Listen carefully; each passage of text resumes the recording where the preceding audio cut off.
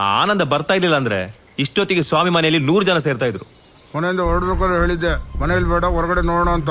ನೀವು ಯಾರು ನನ್ನ ಮಾತನ್ನೇ ಕೇಳಲಿಲ್ಲ. ಅಂದ್ರೆ ನಾವೆಲ್ಲ ಮುಟ್ಟಾಳ್ರು, ನೀನೊಬ್ಬ ಬುದ್ಧಿವಂತ. ನಾನೆಲ್ಲ ಹೇಳ್ದೆ, ನೀನೇ ಅದನ್ನ ಹೇಳ್ತಾ ಇರೋದು. ಅವತ್ತ ಆ ಹುಲಿ ಮುಖ ನೋಡಿದ್ರೆ ಇಷ್ಟೆಲ್ಲ ಆಗ್ತಿತ್ತಾ? ಈಗ ಎಂತ ನಮ್ ಜೊತೆ ನಿಲ್ಲಿಕ್ಕೆ ನಿಲ್ಲು, ಇಲ್ಲ ಸ್ವಾಮಿ ಜೊತೆಗೆ ಸಾಯ್. ಸುಮ್ಮನೆ ಕೈಯ ಪಾಯ ಅಂತ ಮಾತಾಡ್ಬೇಡ.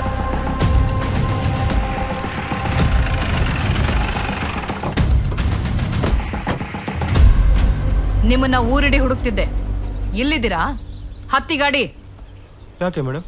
ನಿಮಗೆ ರಾಜ್ಯ ಪ್ರಶಸ್ತಿ ಕೊಡಬೇಕು ಅಂತ ಸರ್ಕಾರ ನಿರ್ಧಾರ ಮಾಡಿದೆ, ಕೊಡಿಸ್ತೀನಿ ಬನ್ನಿ. ಯಾರು ಜೀಪ್ ಹತ್ಬೇಡಿ, ಇದು ಆನಂದ ಕೆಲಸ. ಒಂದ್ಸಲ ಹೋದ್ರೆ ಮತ್ತೆ ಗ್ಯಾರಂಟಿ ವಾಪಸ್ ಬರೋದಿಲ್ಲ. ಏಯ್ ಸುಮ್ಮನಿರೋ, ನಾವು ಸ್ವಾಮಿ ಹೊಡ್ತಿರೋದು ಗೊತ್ತಾಗಿರುತ್ತೆ. ಏನ್ ಡಿಸ್ಕಷನ್ನು? ಪ್ರಶಸ್ತಿ ಬೇಡವಾ?